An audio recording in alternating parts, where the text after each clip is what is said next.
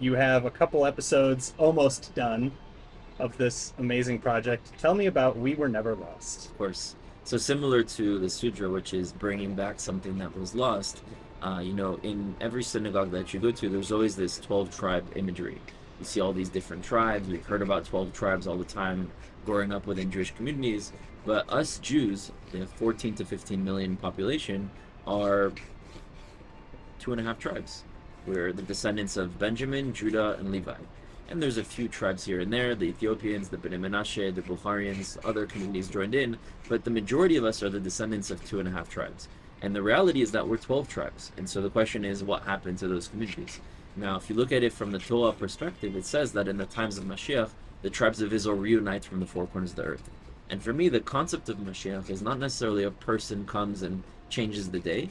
It's a reality when the Jewish people are able to fulfill their purpose, which is tikkun olam and ol hagoyim, healing the world and empowering the other nations to fulfill their potential and their greatness in their creation. And in my opinion, the only way we can actually achieve that as a collective and get to this reality of equilibrium within this planet and bring Shamayim and Aretz together, the land and the heavens together, is by bringing all the pieces of us back. So what happened is, once upon a time, we were one image, one nation, and something came and smashed us into a bunch of different pieces. And each piece took something important with it. But we brought back the Ashkenazi piece, we brought back the Sephardi piece, the Mizrahi, some Ethiopian, some Bnei Menashe, some Bukhari, and some of other communities. But we're still missing the majority of our people. And if you have a puzzle that you need to solve, and you don't have the majority of the pieces, there's no way that you're even going to know where two or three of the pieces go together, because there's so many pieces connecting them in between that are missing.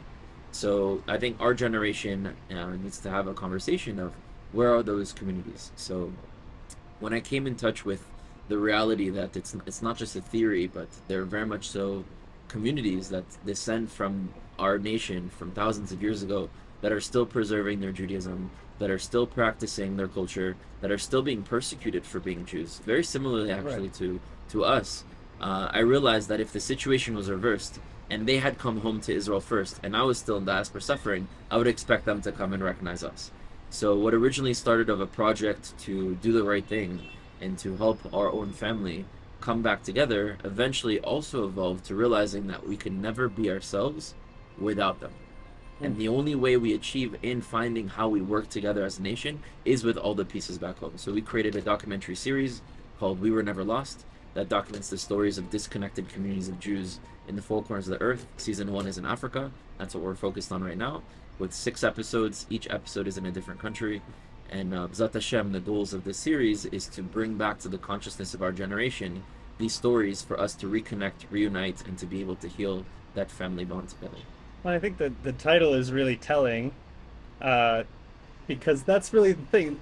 How did we come to think of these tribes as lost in the first place, especially when they, as you just said, have identified for time immemorial, for as long as they can remember, if they've identified as part of the Jewish nation, why, or the Israelite Hebrew nation, to be more accurate, I guess, how did they come to be known as lost? How did we lose them?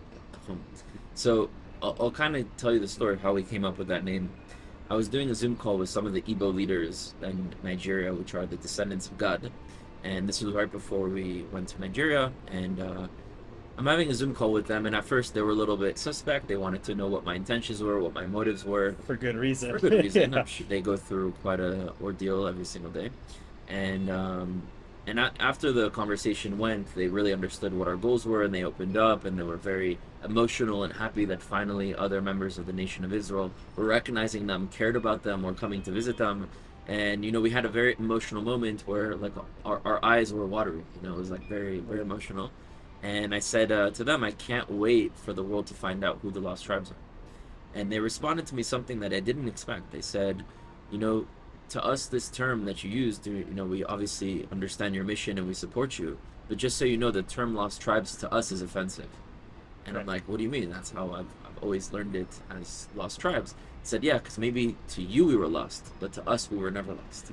And that's when the name of the project began. And this is the realization that the term lost tribes is really, we lost the connection with them.